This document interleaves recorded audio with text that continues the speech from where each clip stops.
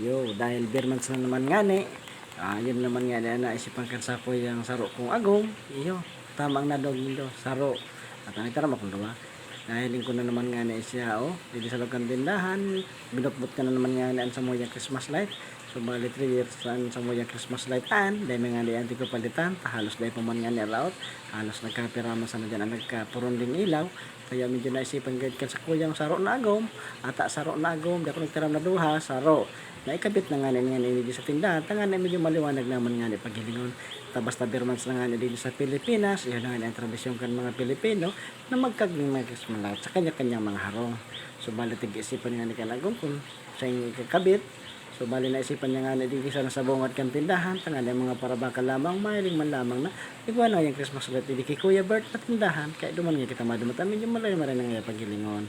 So, kaya uyan na nga diyan sa muyang naisipan. Kabangan ko na sa Kuya Agong para may kabit ini. So, yan. Salamat paran sa paghiling ninyo sa kong video.